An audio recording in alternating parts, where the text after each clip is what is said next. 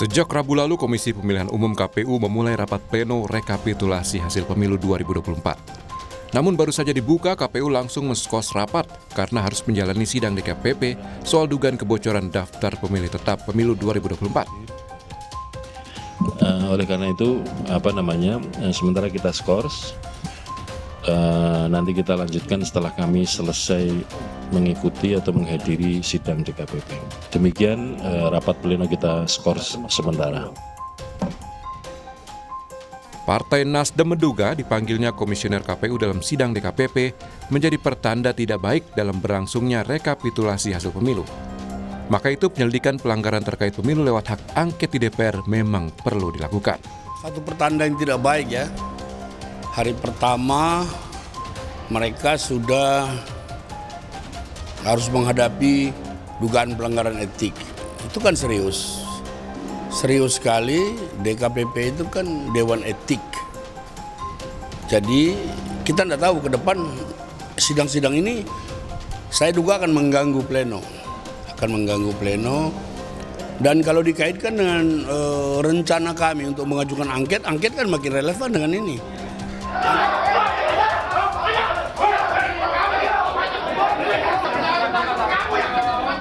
Sebelumnya sejumlah protes mewarnai perhitungan suara di daerah.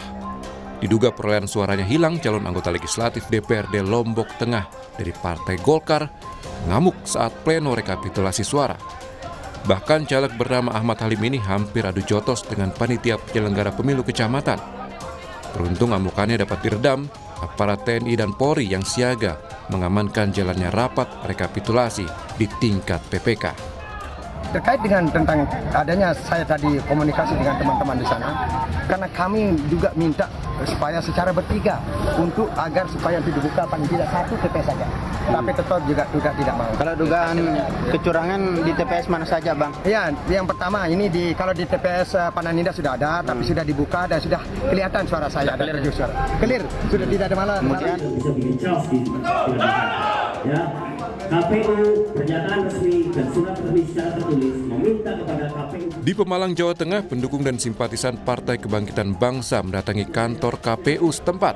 Mereka menuntut KPU menghentikan sistem perhitungan Sirekap lantaran ada perubahan data pada real count dengan yang ditayangkan di website KPU. Salah satu kasusnya ada partai tiba-tiba melejit suaranya dari semula 3.000 menjadi 7.000 suara.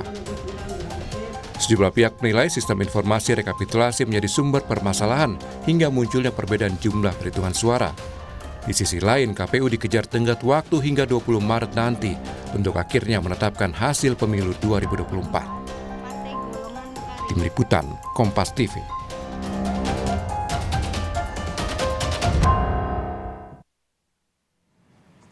Saudara, rapat pleno rekapitulasi hasil pemilu 2024 menjadi ajang protes sejumlah saksi. Salah satunya adalah mempersoalkan hasil yang ada di Sirekap yang dinilai tidak akurat. Adakah persoalan lain yang kemudian muncul sebelumnya? Atau justru persoalan itu terbuka saat rekapitulasi yang tengah berlangsung saat ini? Kita akan membahasnya di pagi hari ini bersama dengan Komisioner KPU 2017 hingga 2022. Sudah ada Pak Ilham Saputra. Selamat pagi melalui sambungan Zoom. Pak Ilham. Mbak Disti. Ya, pagi ya. Apa kabar? Baik, alhamdulillah. Ya, dan juga ada di studio ada Dewan Pembina Perludem. Sudah ada Mbak Titi Anggraini. Assalamualaikum Mbak Titi. Waalaikumsalam. Kabar baik ya? Alhamdulillah. Ya, dan juga ada Direktur Sengketa Proses Tim Hukum Nasional Anies Muhaimin. Sudah ada Mas Zaid Musafi. Selamat pagi, Assalamualaikum. Pagi, waalaikumsalam warahmatullahi wabarakatuh. Ya, ini kita masih membahas ya, kalau kita lihat dalam sempat di hold begitu kan karena memang ketua KPU bersama dengan komisionernya sempat dipanggil begitu ya. Saya ke Bung Zaid dulu. Bung Zaid, ini kan dalam 2 hari 3 hari rapat pleno ini sepertinya banyak yang mempersoalkan data di Sirekap, salah satunya adalah kubu Anda begitu. Sempat protes juga, apa sebenarnya yang diprotes? Jadi begini, kita itu dalam konteks undang-undang pemilu ya kan, itu ada perlindungan terhadap suara. Menaikkan atau mengurangkan suara itu adalah sebuah pidana dalam pemilu, sebagaimana di pasal 532 itu. Nah, dalam konteks Sirekap ini, ini selalu dibilangnya itu alat bantu, dan alat bantu. Tapi faktanya ketika Sirekap berhenti, perhitungan manual diinstruksikan pada tanggal 18 itu oleh KPU juga untuk berhenti. Loh, ini ada apa, kan publik jadi bertanya seperti ini. Nah, kami sendiri dari tim hukum Amin sudah bersurat itu sejak Desember ketika ada kedugaan kebocoran data DPT ke Bawaslu agar meminta diaudit sistem IT-nya. Nah, terus juga sebelum pencoblosan di tanggal 7 dan 12 Februari itu kita minta juga agar dilakukan audit terhadap Sirekap dan sistem IT ini. Dan faktanya hari ini kejadian. Betapa aneh ya, sebuah sistem dibangun bisa merubah suara sedemikian hingga. Itu seharusnya tidak boleh terjadi lah dalam konteks pemilu seperti ini. Karena kita sudah memiliki perangkat aturan yang sangat detail dan rigid sampai ke pelaksanaannya. Itu ada rekapitung, ya kan, ada tungsura itu di aturan di PKPU-nya itu. Jadi benar-benar signifikan tidak sesuai? Sangat, ya, kalau kita bilang sangat tidak sesuai lah apa yang diharapkan publik terhadap pelaksanaan pemilu ini dalam konteks penggunaan alat bantu Sirekap tersebut. Karena apa? Kita ini di zaman yang sudah modern ini seharusnya kita bisa mengkontrol dimanapun ada perolehan suara, ada penambahan suara, siapapun. Karena pesta rakyat, pesta demokrasi ini kan milik rakyat semua ya.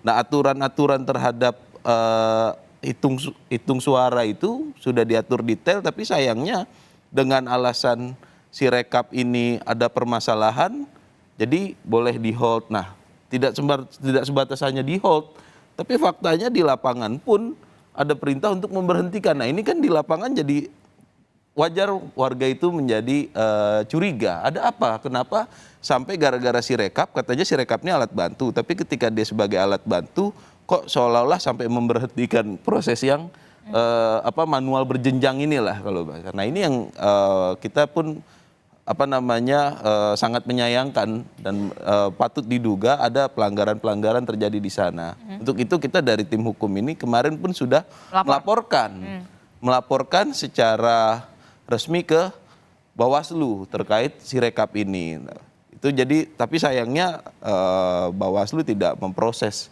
laporan kami gitu. Alasannya? Jadi, dalam surat hanya tertulis tidak memenuhi syarat material.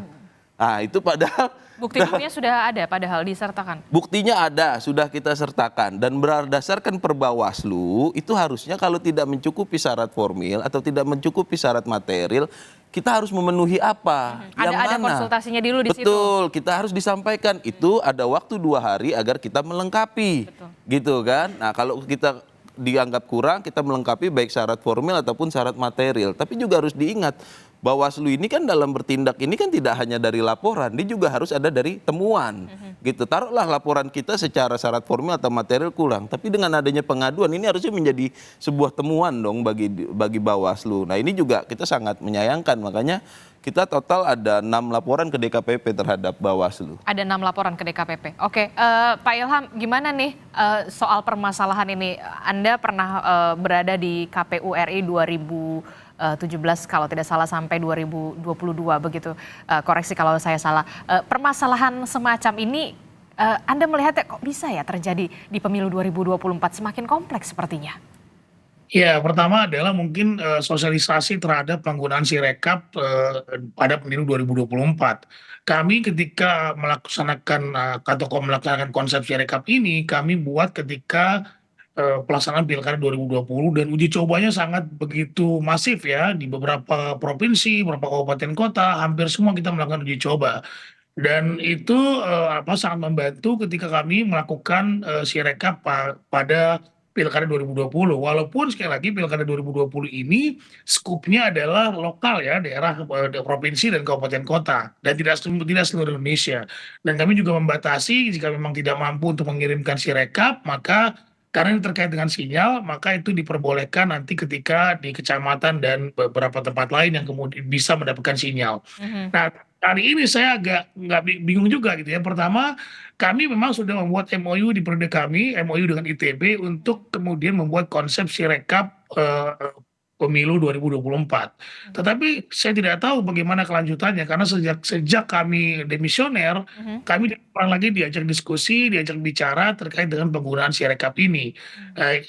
Kami hanya kemudian setelah di masa peninggalan kami membuat MOU dengan ITB, kami minta agar kemudian ITB bisa membaca atau melakukan Sirekap sama seperti Pilkada 2020 lalu. Nah ini kami minta ITB untuk membuat desainnya, bagaimana prosedurnya dan sebagainya. Nah sejak itu saya terus terang tidak tahu bagaimana bisnis prosesnya terkait dengan penggunaan Sirekap ini. Termasuk juga masih bekerja sama dengan ITB atau tidak juga berarti Pak Ilham juga sudah tidak tahu menahu soal itu. Wah kita nggak tahu, nggak pernah diajak ngobrol juga soal itu. Sejak kami demisioner kami tidak pernah diundang khusus untuk membahas itu ya.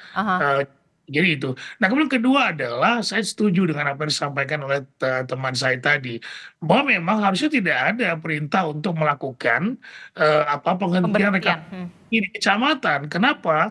Karena justru harusnya Sirekap menggunakan data manual yang C1 manual yang digunakan di kecamatan untuk diperbaiki Sirekapnya. Jadi itu yang harus dilakukan, bukan malah sebaliknya Sirekap kemudian seakan-akan ya, walaupun saya tidak tahu bagaimana teknisnya, seakan-akan menyesuaikan gitu loh dengan disesuaikan gitu loh. Nah ini yang agak berbahaya menurut saya.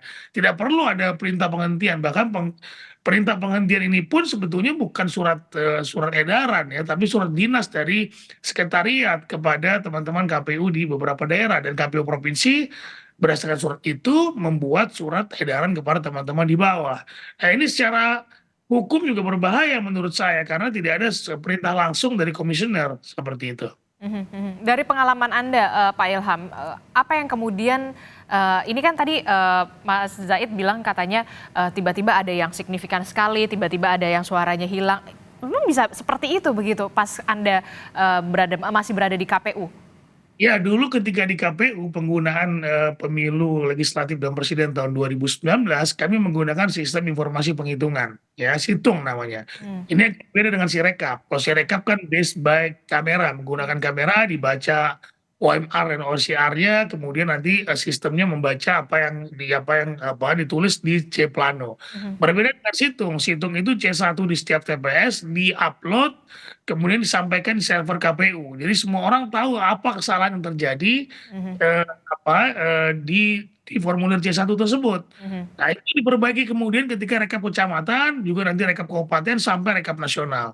Jadi base-nya adalah sekali lagi Situng itu betul-betul sebagai pertama alat transparansi, kedua adalah sebagai alat bantu agar semua masyarakat mengetahui di mana titik kesalahan dari teman-teman KPPS mengisi formulir C1. Dan itu bisa diperbaiki di rekapitulasi di kecamatan. Nah Sirekap ini sebetulnya fungsinya sama, tetapi menjadi carut marut ketika penggunaannya sangat menimbulkan kecurigaan karena tadi seperti kata Bang Zaid ada penggelembungan kesannya, kemudian juga ada perbaikan-perbaikan yang seharusnya tidak menghentikan rekapitulasi kecamatan, sehingga kecurigaan ini tidak bisa dihindari seperti itu. Oke, kalau menurut Anda Pak Ilham, jadi sebenarnya ini kurang sosialisasi atau memang kurang siap sebenarnya?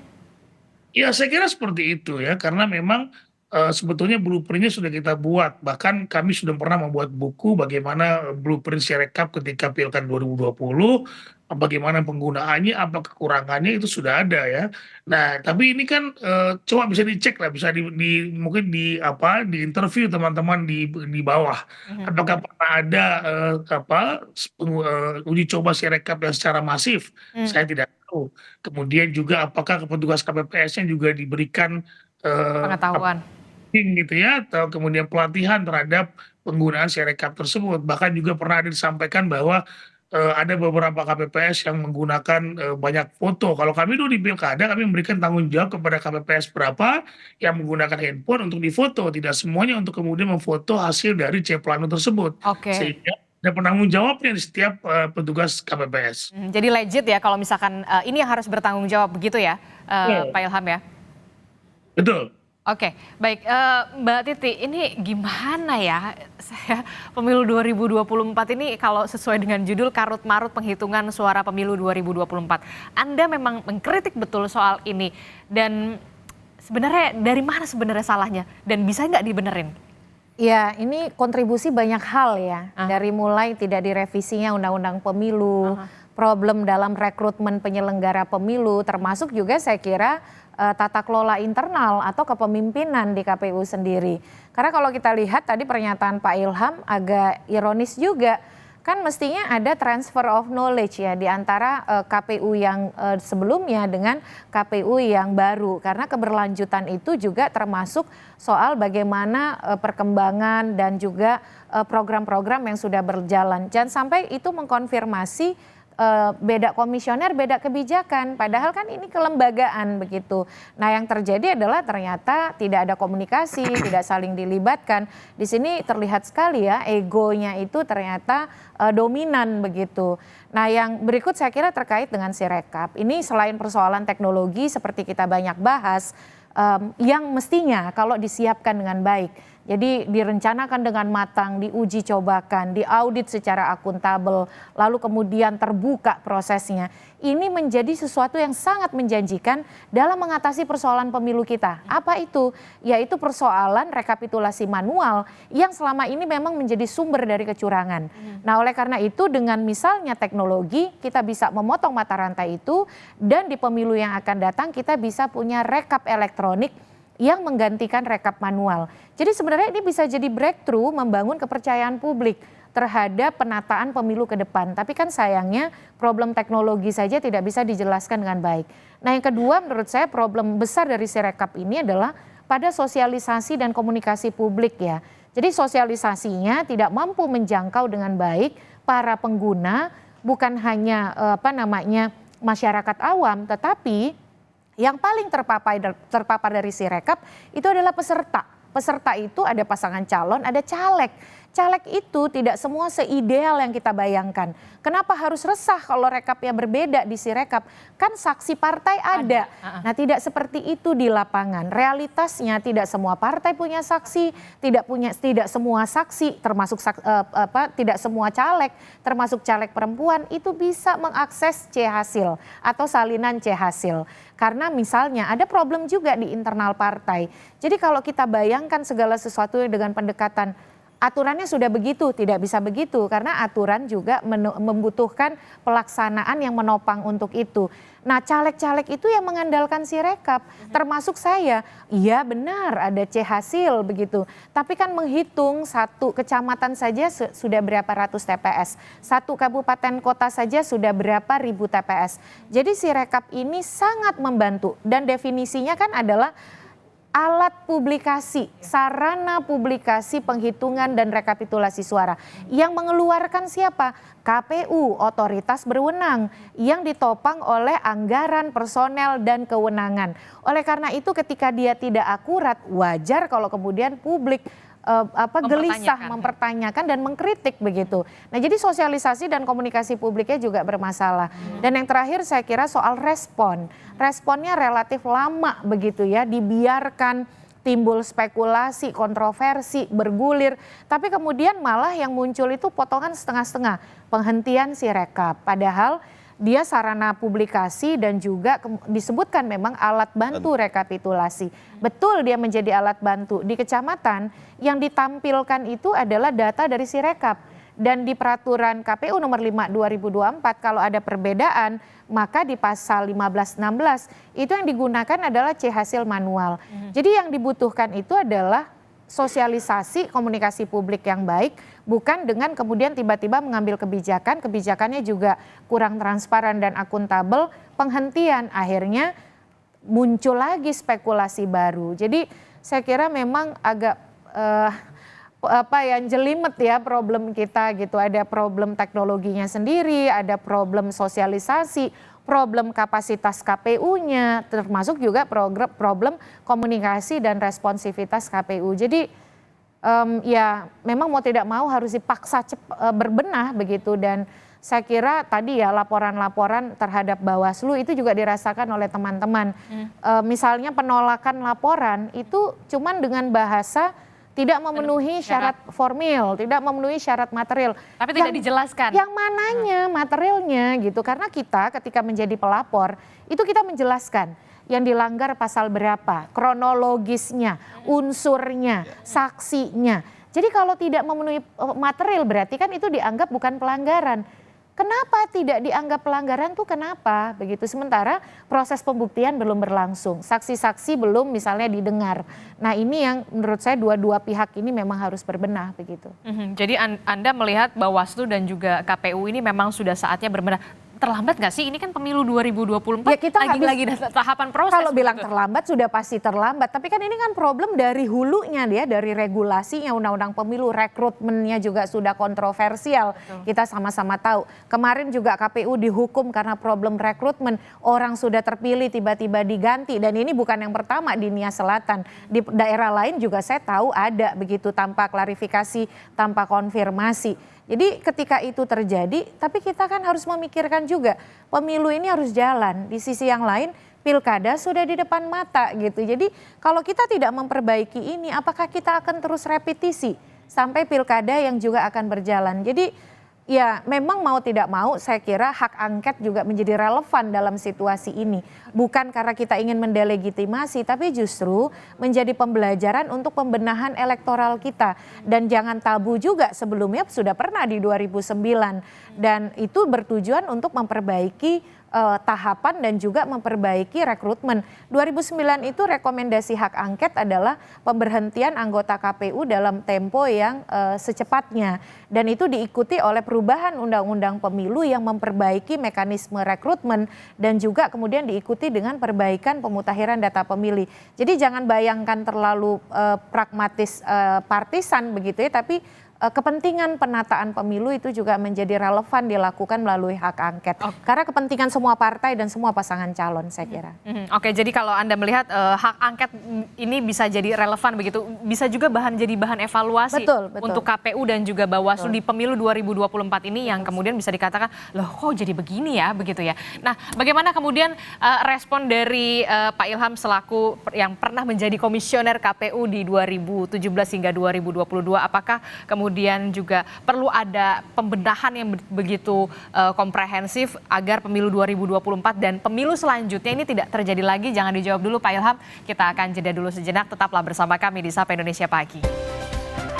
Terima kasih Anda masih bersama kami di Sapa Indonesia Pagi. Saudara masih meneruskan dialog kita di pagi hari ini terkait dengan bagaimana karut-marut penghitungan suara pemilu 2024. Tadi kalau kata Mbak Titi, ya bisa jadi relevan lah kalau misalkan hak angket juga bisa jadi bahan evaluasi bagi KPU dan juga Bawaslu begitu.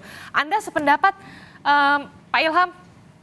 Ya saya kira hak angket atau apapun namanya memang perlu ada evaluasi bersama, evaluasi besar-besaran terhadap penyelenggaraan pemilu kita.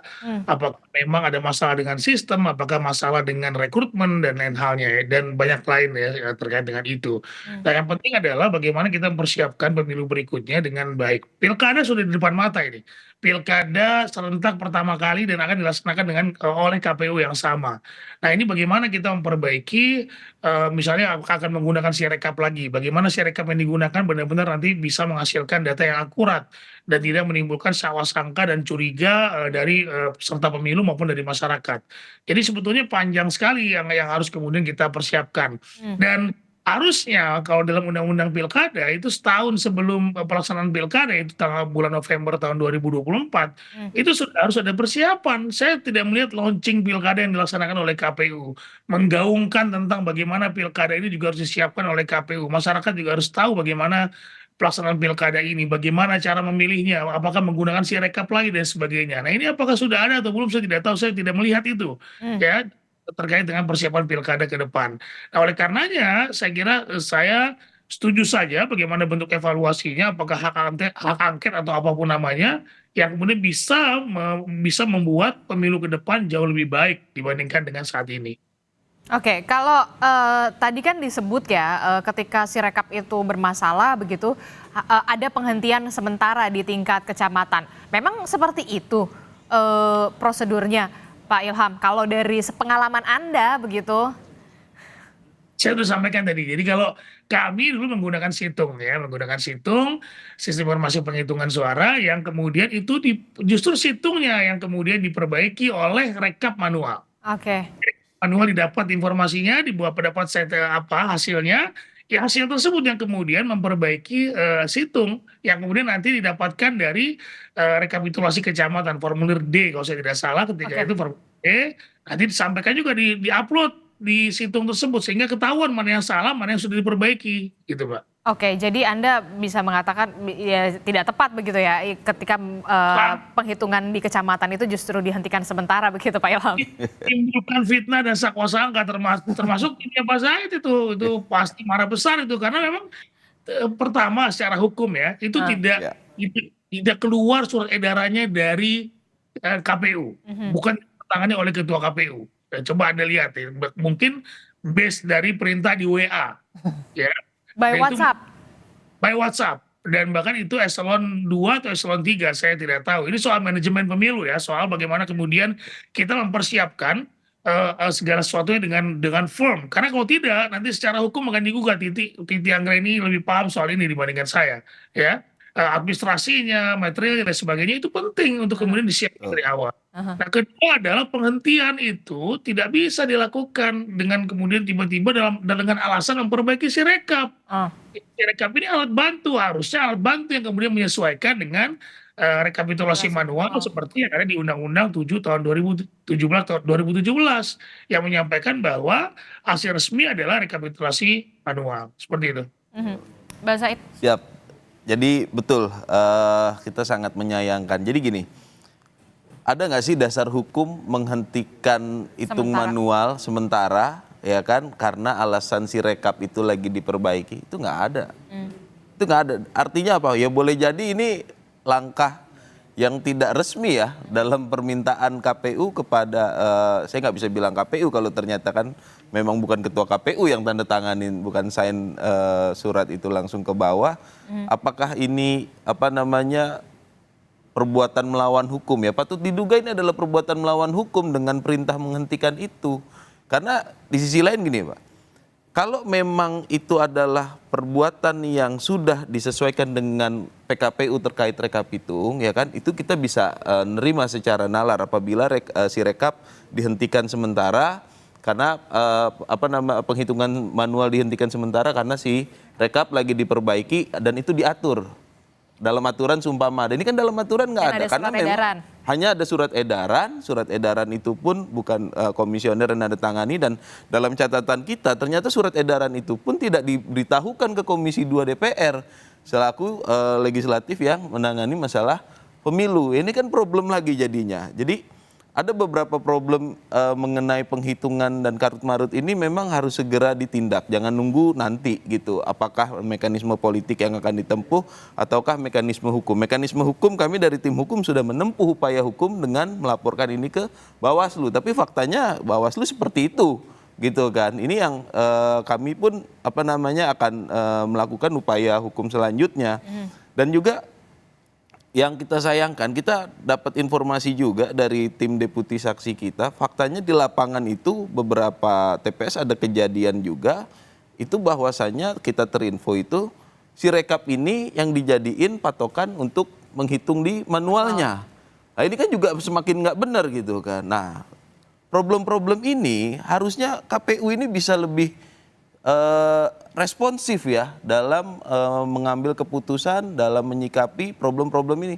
Karena kalau tidak ya kita akan semakin karut-marut dalam menghitung keabsahan suara yang sudah direkap di tingkatan kabupaten, kota, ataupun nanti di provinsi, ataupun sampai ke nasional. Ini bukan hal yang sepele gitu loh dalam proses pemilu ini. Ini harus segera disikapi dan saya rasa KPU harus segera berbenah, jangan nunggu nanti gitu loh. Dan di sisi lain kita mengingatkan secara tegas kepada Bawaslu, Bawaslu ini perannya ini punya pengawas pemilu loh. Kondisi-kondisi ini kenapa dibiarkan? Ketika kita melapor dengan mekanisme yang sudah kita pandang benar sesuai ketentuan, hanya membalas atau menolak dengan alasan tidak cukup syarat material dan syarat formil. Itu pun kita tidak diinfokan apa yang menjadi kekurangan itu. Nah, ini juga akan jangan sampai problem ini terus berlanjut gitu. Nah, ini kan akan menjadi permasalahan yang signifikan ke depannya. Mbak Titi, kalau Anda melihatnya sebenarnya ini yang punya kelemahan Sirekapnya. Kalau saya melihat ini sebenarnya apa ya, niatnya baik supaya Iya, betul. publikasi, transparansi Betul. begitu kepada publik, kepada masyarakat. Apalagi kalau kita lihat anggarannya tidak main-main begitu Mbak Titi. Jadi sebenarnya Anda melihat kelemahannya itu di Sirekapnya atau memang di manajemennya orangnya nih gitu loh? Ya, teknologi itu sesuatu yang mestinya memudahkan dan kemudian membuat kualitas tahapan pemilu kita menjadi lebih baik begitu ya. Bahkan di pilkada pun sudah ada putusan Mahkamah Konstitusi yang membolehkan pemungutan suara elektronik. Tapi Mahkamah Konstitusi beri penekanan, satu, penggunaan teknologi harus menempatkan pemenuhan asas pemilu luber jurdil. Itu jangan dilanggar. Yang kedua, teknologi itu harus dipilih berdasarkan betul-betul prasyarat memastikan teknologi yang reliable, yang bisa diandalkan begitu. Dilakukan uji coba berulang, audit oleh institusi yang punya otoritas, dan kemudian penyelenggaranya, petugasnya disiapkan dengan baik. Dan yang terakhir, pemilih atau masyarakatnya juga tersosialisasi dengan baik. Nah, evaluasi itu bisa kita lakukan terhadap Sirekap. Nah, Sirekap ini kan sebenarnya bukan hanya saat ini inisiatifnya. Di era Pak Hadar Nafis Gumai dan kawan-kawan pada waktu itu sudah dimulai menghadirkan situng. Situng itu adalah membuka yang gelap menjadi terang. Karena kenapa? Rekap manual berjenjang itu selama ini tidak bisa diakses luas oleh masyarakat. Yang hadir hanya saksi-saksi partai. Lalu kemudian hasil TPS itu diunggah dan semua bisa melihat. Itu adalah hasil TPS asli terbesar di dunia yang dikompilasi di dalam satu server dan itu dibuka oleh publik. Hanya Indonesia yang punya. Jadi hanya Indonesia yang punya, yang melihat, memperlihatkan hasil otentik dari TPS yang betul-betul memperlihatkan gambaran secara utuh. 2000 secara transparansi sebenarnya sudah sangat bagus, tapi transparansi dan niat baik saja tidak cukup. Karena transparansi dia akan diikuti oleh kebutuhan untuk meningkatkan akuntabilitas. Karena kan masyarakat tahu nih, karena masyarakat tahu dia jadi ambil peran berpartisipasi. Oleh karena itu dia menghendaki yang transparan itu akuntabel, benar. Angka yang dibuka itu kan jadi ketahuan, oh ada angka yang salah, ada angka yang tidak salah. Nah harusnya ketika ditemukan ada permasalahan, yang dibutuhkan untuk mewujudkan akuntabilitas itu apa? Responsif kan? Responsif merespon adanya temuan kesalahan, adanya temuan ketidakakuratan, dan kemudian komunikasi publik yang baik. Nah ini yang saya kira masalahnya selain tadi di soal teknologi juga akuntabilitas keterbukaan soal auditnya oleh siapa, berapa kali diaudit, lalu uji coba berulangnya berapa kali, itu tidak sampai ke publik. Akhirnya publik berpikir dengan logika spekulatifnya sendiri gitu, dan itu tidak salah. Karena kenapa? Karena yang mengeluarkan Sirekap ini otoritas resmi. Taunya masyarakat ada instrumen KPU itu apalagi dia sarana publikasi harusnya akurat dan valid gitu. Jadi saya kira memang ini kelindan dari ada persoalan teknologi, persoalan manajemen, persoalan kapasitas dan sumber daya personal KPU dan juga persoalan kepemimpinan ya saya kira. Ego sektoral dan itu sulit dibantah saya kira. Oke, kalau kita melihat ini pilpres, pileg begitu ya, pemilu begini nih, masih begini ya begitu. Nah, yang udah di depan mata kan pilkada nih Mbak Titi. Ya itu makanya ya, saya kira kita harus berterima kasih kepada pemohon perkara 12/2024 yang diputus MK kemarin, karena 2 orang mahasiswa ini yang bukan pesanan siapa-siapa ya, itu kemudian walaupun permohonannya ditolak, MK mengatakan pilkada tetap harus November 2024 karena ada narasi yang di dalam revisi usulan DPR ingin memajukan ke September. Sayangnya KPU Bawaslu-nya bilang kami siap karena itu bisnis as usual-nya kami gitulah. Nah sekarang pemilu saja begini, apalagi kalau pilkada dimajukan ke September.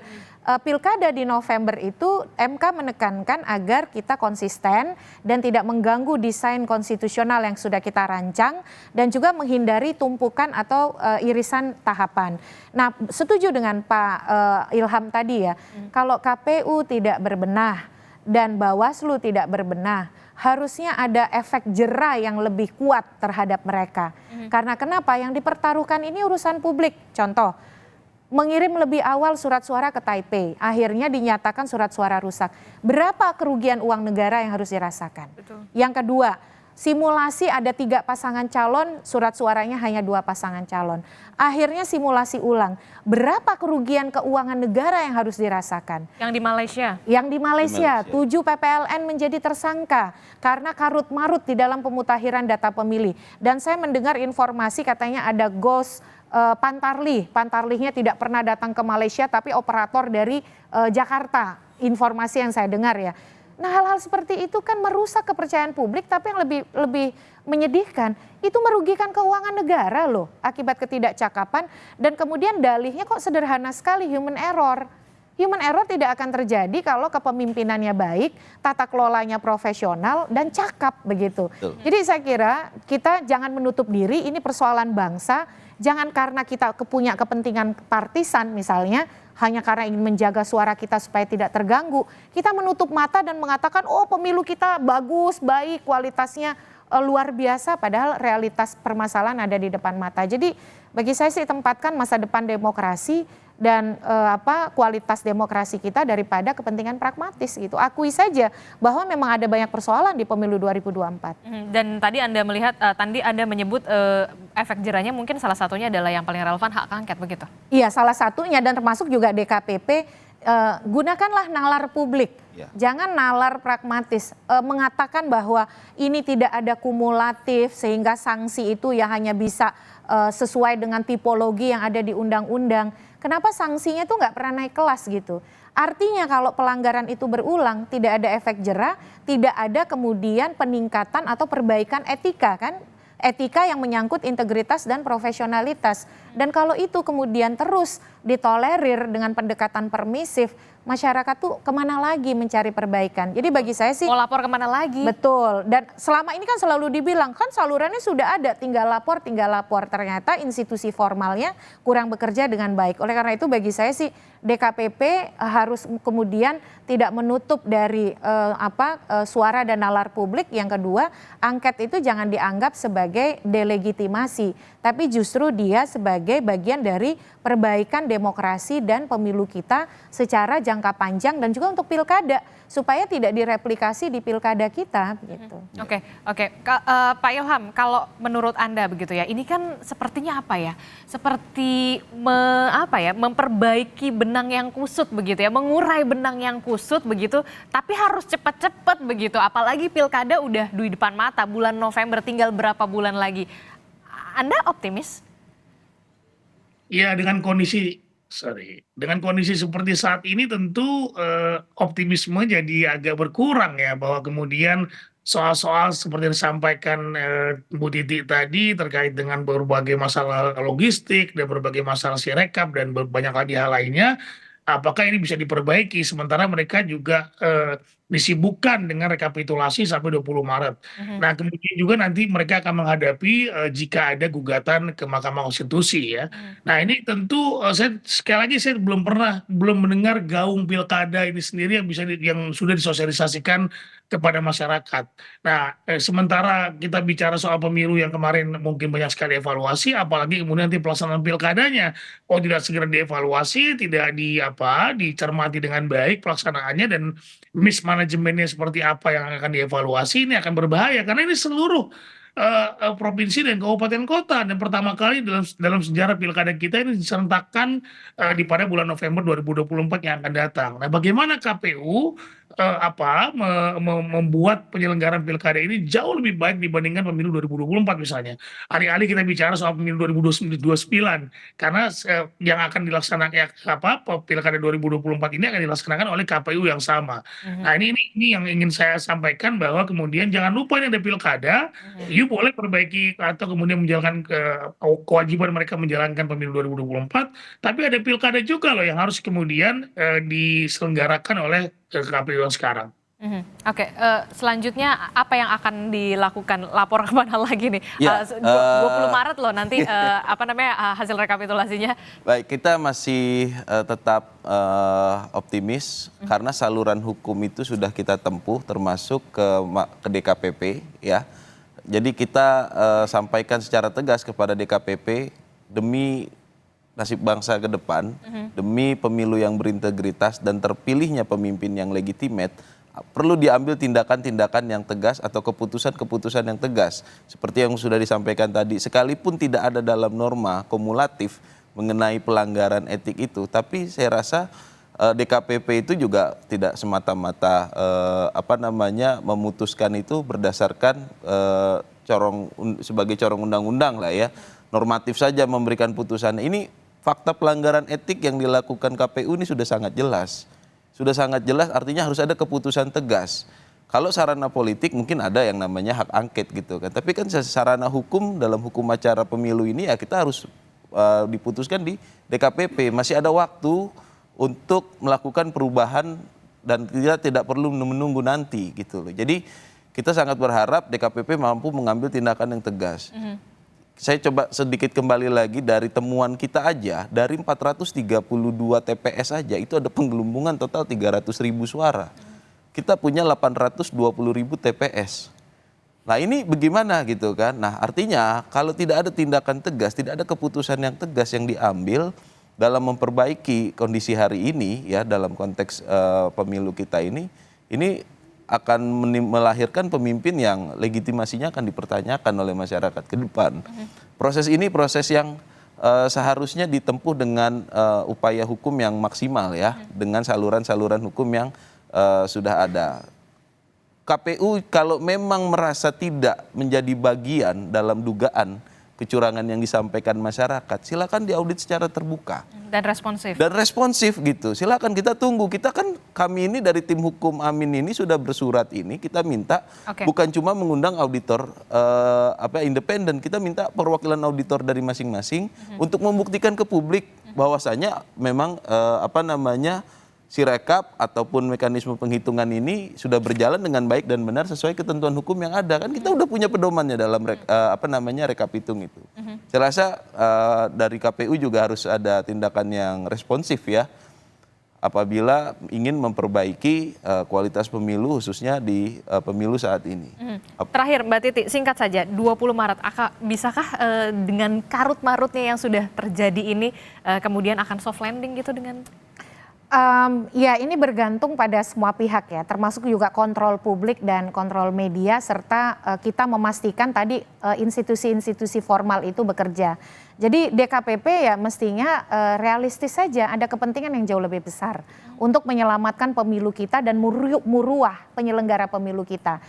Bukan sekedar misalnya berdasarkan, mohon maaf ya, hanya karena ini klaim-klaim nih, oh surveinya sekian puluh % percaya pada penyelenggara, itu kan tampilan depannya. Tapi ada esensi dasar soal kredibilitas dan integritas yang itu memang sudah tercederai. Jadi saya kira kita semua harus terus bersuara, tetapi di sisi yang lain penyelenggara juga harus membuka diri begitu. Karena ini yang dipertaruhkan adalah masa depan demokrasi kita. Kita akan tunggu bagaimana respon dari KPU Republik Indonesia karena proses tahapan pemilu 2024 ini masih terus berjalan, yang kemudian menjadi ada di depan mata juga adalah penyelenggaraan pilkada. Jangan sampai kemudian ini terulang lagi di pilkada, tinggal beberapa bulan lagi. Terima kasih Mbak Titi dari Perludem, kemudian juga ada Bung Said Musafi dari Tim Hukum Nasional Anies Muhaimin dan juga Komisioner KPU 2017 hingga 2022 Pak Ilham. Terima kasih. Assalamualaikum, selamat pagi semuanya, sehat-sehat selalu. Waalaikumsalam.